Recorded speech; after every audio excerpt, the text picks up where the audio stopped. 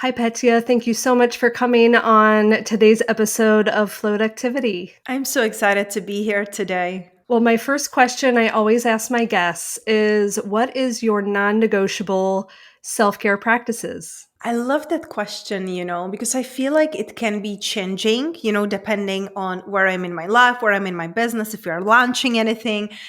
But as funny and simple as it can sound, shower. And I just don't mean like getting into the shower and cleansing yourself before you go to bed. For me, like creating a space for myself to just relax, to be fully present. The shower, it's something that we always have, unless we travel into the jungle, right? Like, let's not go into the extremes. But shower for me, it's like the start of the day, the end of the day. It helps me to get really present. It helps me to be really intentional.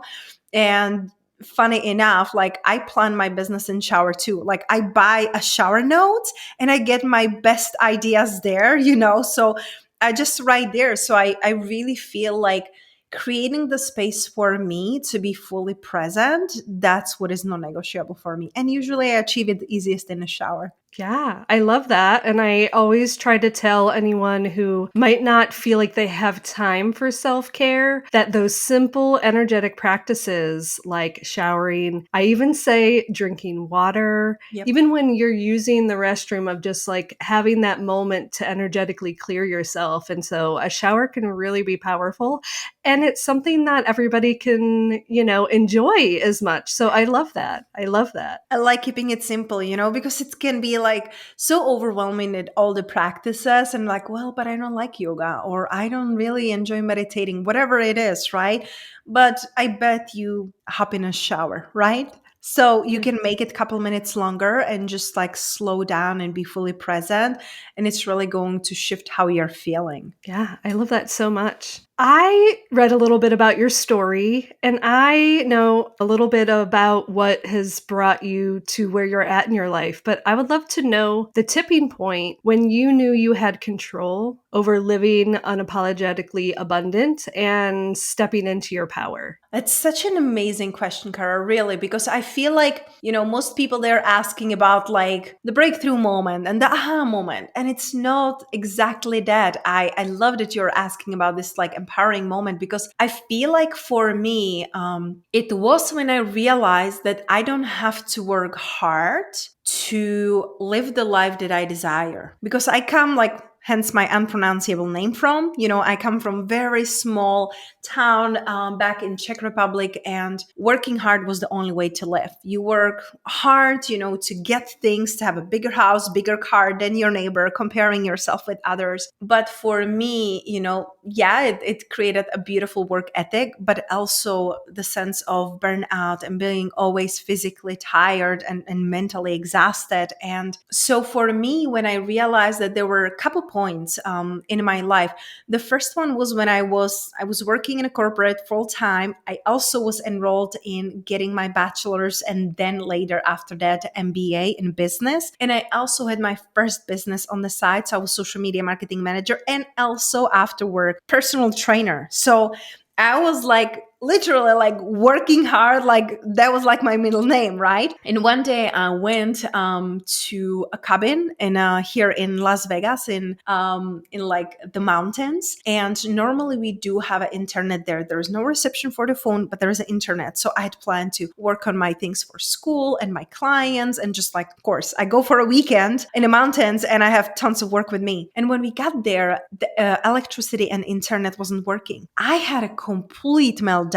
Oh my gosh, my clients will fire me. I will not finish my papers, blah, blah, blah. Like I had a complete meltdown. And then I'm like, okay, what is that I can do? Right? Like sitting there and crying, it's not going to help. So I grabbed my dog. I went for a walk and in the nature, and I just walked, and I was like, I could really feel like my body was like relaxing, like, okay, the world will not end. And it's just like so irrational, when you're in your head. But it really, really helped me to relax. And, hour later, I come back, internet is working. I did so much more than I was able to do like weeks and days before. I did all the work that I needed to do in just a few hours. And there was like the first, like, like gentle slap in the face for me from the universe, like, hey, you don't have to work always hard. It doesn't have to be 24/7. So that was like my first big realization when I felt empowered that I don't have to be always hustling and working hard, and I still can things get done. And the second time when I realized it is when I traveled back to Czech Republic to see my grandma, and I was with her there for 3 weeks. So out of a month, I worked only maybe like an hour a day because like my top priority was her, and that month was the highest month I ever had in my business. And I'm like, wow, like how is this even possible? So I started to like tracing it back, and I realized it's not about hard work and hustle and always being plugged in. Like we take our phones and plug them into electricity to recharge, but we don't recharge ourselves. So that was like a huge breakthrough for me when I felt really empowered, like, wow, so I can slow down. I can take care of myself. I can actually live and enjoy life with my loved ones. Really? So I feel like those were the moments that like shifted my life and my business and who am I being from a place of like recognition instead of just like forcing. I feel like sometimes when the universe is gently nudging us to go in, a different direction than what we think. And I definitely have a hard time shutting off the hustler in me as well. And so taking those moments, especially in nature is definitely one of those things that kind of calms me, brings me back, and I have my best ideas. And it's like when we're sitting there, we're forcing ourselves to kind of get work done and do the things. And it's just that we're like fighting against the universe. And so when we kind of like surrender into it and flow with it, it gets easier. And I love that you had those moments. And there's a couple things I wondered in that conversation. One, are you a manifesting generator? Because I feel like, was that one of the things that... My husband is. I'm a Okay, generator, but you're my gen- mother was a manifester. So I feel like there was the conditioning of like always initiating things, And I love that, yeah. human design, because like, yeah, that's a big sign. But I feel for me, it was more conditioned, the manifesting generator acting. I am a generator, and it's so interesting. Like I had to also learn that, when I got familiar with human design, like over 4 years ago that I started to study it, when it says that the generators are here like the work bees, I'm like, I don't want to work. Like, like I don't want to be the one who works. And then I realized like we're meant to be working on things that light us up, that make us like really feel happy to be alive and magnetic. And that's how we attract easily. It's when I became magnetic that I was like achieving all these things like easily, not without work, but there was more of like path of least resistance, right? As a generator, to learn to slow down, because we all always hit plateaus, especially as generators, and then we get desperate. Like, I gotta work, I gotta do something, and I don't feel like inspired. And you open your laptop and you don't want to do anything. So, like, really allowing yourself for these sacred pauses, no matter what design you are, like, right? Like, we all get to create these sacred pauses that it goes back into like recharging and reconnecting to yourself. When you had these moments, did you have like a spiritual background at all? Did you have any spiritual practices, or were those kind of the moments of the universe kind of throwing you for a halt? No, I feel like that was the universe like trying to like, how it gently started to nudging you. You don't listen, then it kicks your booty. So it kicked my booty like a couple times because I wasn't like listening. I didn't have any spiritual practices back then. I know that like I started, and that was like afterwards. Like I had my first like life and business coach, and then he introduced me to meditation. I did meditation challenge. So I think that's when it really started. But before that, I was very much in my head.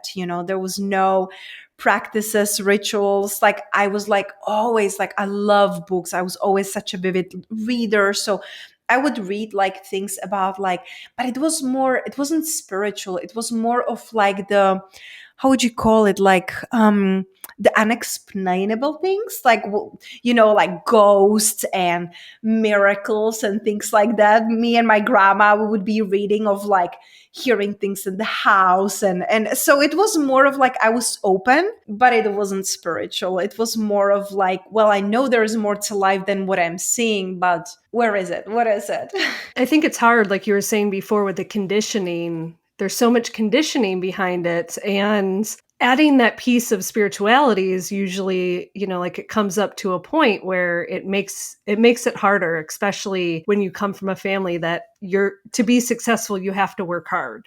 Yes. And, having to kind of take a step back and say, okay, what can give me a good work ethic, but how can I shift my mindset? And so what really helped you transition from that mindset of I have to be hardworking, that what practices helped you kind of take a step back and not be that hustler mentality? I feel like it was really gradual, that it wasn't like from day to day to realize like, oh, I don't have to work hard anymore, right? So I feel like it was really gradual, and it started with more nature time. Like, oh my goodness, like nature time was like my biggest healer. I went back into writing. I used to write poetry when I was a teenager, so I went back into like writing poetry when I was in nature. And so I feel like it was like this gradual slowing down and starting to feel the difference. Because before I used to be sick all the time, no wonder, like with how much pressure I was putting on myself, and not only work wise, but I was working out like 6 days a week, like really like exhausting myself. And so I feel like the slowing down, reconnecting to the nature, and then I started meditations. But it was like I would be doing like guided meditations, because like it's like no way I can say it then and just like I would be like making plans in my head. What am I doing for dinner, or what am I shopping? So guided meditations were super helpful. And then I also, thanks to my coach back then, got introduced to breath work. So I started to do breath work, and I feel like all of these modalities, I feel like it just cracks you open, and then you're open to even more things. So I feel like it was really gradual, like introduction into like different modalities, like meditation. I did here and there yoga. I started to do workouts, but it was not to push myself, but to really understand my body.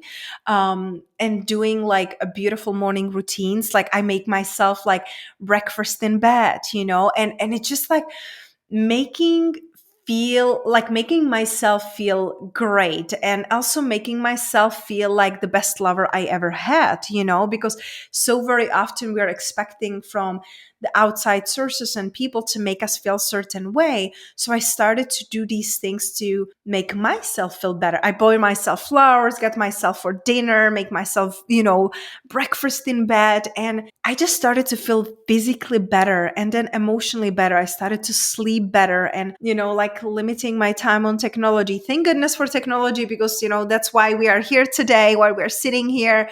That's why I have my beautiful business. But I feel like sometimes we get just so sucked in. So I had to really consciously limit myself on social media, on technology per se. Like every Saturday, it's my technology detox. No technology whatsoever, no phone, no nothing. And it's so rejuvenating. So I feel like just adding the practices and following your curiosity. Yes, I love all those different modalities that you spoke of. And I used to be so rigid about these rituals and routines that I had to meditate every day and I had to do breath work. And saying, what do I need today? Is it meditation? Is it breath work? What is it? What do I need? Instead of telling myself what I should be doing, rebuilding that relationship with yourself, because I think for so long I was looking externally for that support and all those things. And then once you begin to love yourself and provide that friendship for yourself, that listening to what your soul wants. And so I love all those things that you've mentioned. It's beautiful, and I feel like it's just when we can get away from the shoulds, like we create a space for, but what do I truly desire? And not because everybody else is doing it or because it's trending right now. Like,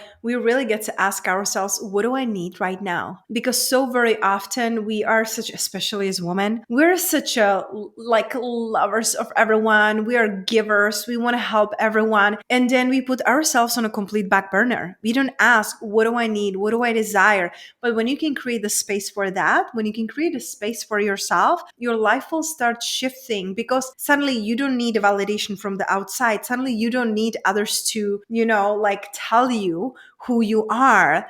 You come back to yourself, you come back to your truth, and everything else starts falling into the place and you become so abundant in your life. It can be so simple as just asking yourself, like, what do I need? What do I desire? What is my priority today? I love that. It's so important. And, another piece that you spoke of was, getting out of your mind. And I think that was a big piece of human design for me was no one is supposed to make decisions from their minds. We all have different authorities and none of them are from the mind energy center. And so I would like to know what you use human design for when you empower your clients. If you want to learn more about human design, I have a free interactive workbook at karadempsey.com/HD. This workbook will help you decode your human design so you can start tapping into how you're uniquely made and that power that's within you. By unlocking and using your human design chart, you're able to connect and understand and honor your soul while increasing harmony and success in your life.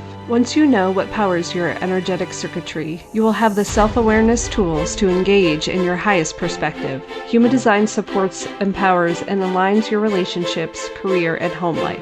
It's time for you to look within at how powerful you are and show up as your authentic self. Head to karadempsey.com/HD to get yours today. Oh my gosh. I'm obsessed with human design. I try like so many different modalities, like Mayer's, whatever, and then Enneagram and all these tests. And for me, it just didn't resonate. But when I got like familiar with human design, I found myself like all the things that I was thinking that are wrong with me all along. I was designed to be this way, and it just gives you this freedom. And instead of putting you into the box, it's freeing you because human design, it's experiment, right? So we go and experiment it and try it and see. And so I use it in everyday life. Like anyone who like I talk to, work with, my team members, of course, my husband, my whole family, my friends, everyone, but also my clients. Like I get to understand their human design because I'm going to speak differently to manifesting generator than I'm going to be speaking to projector. I have, I am sacral generator. So of course I'm biased. I connect with them on a deepest level just because I know how they feel. I know when they're acting from their head and when it's like, heavenly as sacral, it's something that I understand. So for me, like seeing the difference and being more patient, like being more patient with manifesting generators, who are like all over the place and doing 10 things at the same time. And I'm just like tired just to watch it. Listen, I marry one of you. So like my husband, it's a 1-3, emotional manifesting generator. So even just like understanding the different authorities, like I'm not emotional. So I am like, whatever. When I'm by myself, I'm like, whatever. I'm like so calm. And then my husband, like, I can feel him. Like he's in his office. I'm in the other room. And I'm like, why am I feeling so like, and then I go check up on him. I was like, okay, got it. And I learned not to own it. So having more compassion, having more patience, having more understanding that my emotional people, they will maybe take a little bit more time saying yes to the things. So it gave me so much freedom and stop taking things personally and also being a better leader and listener. I feel like human design is just for everyone. I've had some people resist human design. Oh, I was one of them. Really? For like 2 years. I'm like, it's funny because like 6 years ago, when I started my coaching business, a couple of my first clients, they're like, oh, like I'm studying human design and blah, blah, blah. I'm like, another thing to learn. I don't need another thing to do, like whatever, right? 2 years I was resisting it, but it kept coming, and I kept seeing it. And then I'm like, you know what? Let me just try it. And once you get initiated, you're just like, you can get back. There's so many people who are like, I don't feel like, I'm an energizer bunny. And I'm like, well, if you're not listening to your authority and you're not using your strategy, you're not going to be your type. Yep. And so there were so many things that made me feel seen and heard when I looked at my human design in the first place. And I was like, oh, having my emotional center was one that I just didn't understand, that I absorbed other people's emotions. And now I know that when I get this rush of emotions, I have to figure out, is it mine? Is it someone else's? But it was like the more I started to kind of live those pieces and try it on, like you were saying, experimenting with it, the more I began to embody it. And I was having a personal issue of trying to figure out my copy on my website. And I am someone that I tend to look up everybody else's human design, and I don't look into mine that much. And then I was like, yeah, okay. And I started looking into more of the deep dark parts of my human design, and it was like, that is what I'm doing. It was crazy that I wasn't really looking at that. And then when I started to embody my design more, I started to really empower myself, stepping into what my soul wants me to do. And it's like, that's what I feel like human design is. It's like your blueprints. And if you can kind of connect those energetic pieces, you can really be who you're meant to be if you're open to it instead of fighting it. Hmm. Yeah, I feel like it's so life-giving when we stop resisting things, whether it's human design or it's like that saying, what you resist persists, right? Like, why you're fighting it? If you don't want it in your life, release it. But like resisting and forcing something, it's that's never good. No, it's not. I would love to know if there is one person that you would like to work with in the future and why. Wow, I love this question. You're so full of great questions. I love it. So, the first thing that comes to my mind, there is a mentor. Her name is Taylor, and I would love to work with her because she created a 7-figure business and she has 2 little kids. We are planning our family this year with my husband. So, I'm just curious on how can I keep growing and expanding my business while I know I want to be present mom. That's why I have my business. I want to be at home. I want to be present. And I also I'm not feeling that being only mom. And when I'm saying only, I'm not I'm not diminishing it. I know you feel me. I know there's some women who are called to that's my purpose. I want to be at home. I want to be mom. I don't want to do anything else. And that is so beautiful. And for me, I'm truly inspired. And I know I came here to create generational healing for women and world changing abundance. So I do want to, bring babies.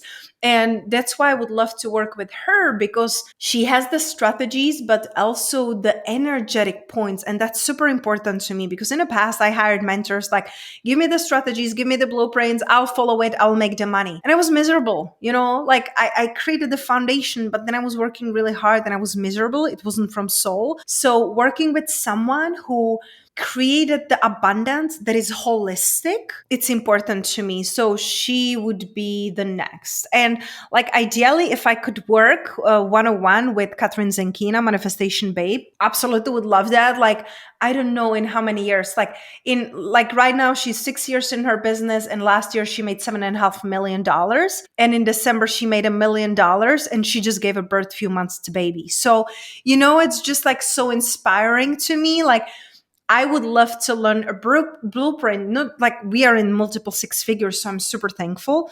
But how can I keep expanding and impacting women while I'm working much less and I'm being fully present to my family? Yeah, I love that so much. I am a mom of 2 young kids, and my suggestion is just find those energetic practices that it's okay for us to put up our energetic boundaries from our children, and we will be better parents from that because they are lovely, but they also like to siphon that energy out of us. And so just figuring out how to work that, and just know that the first couple years it's going to be a trial and error, and just be open for that. Thank you for that.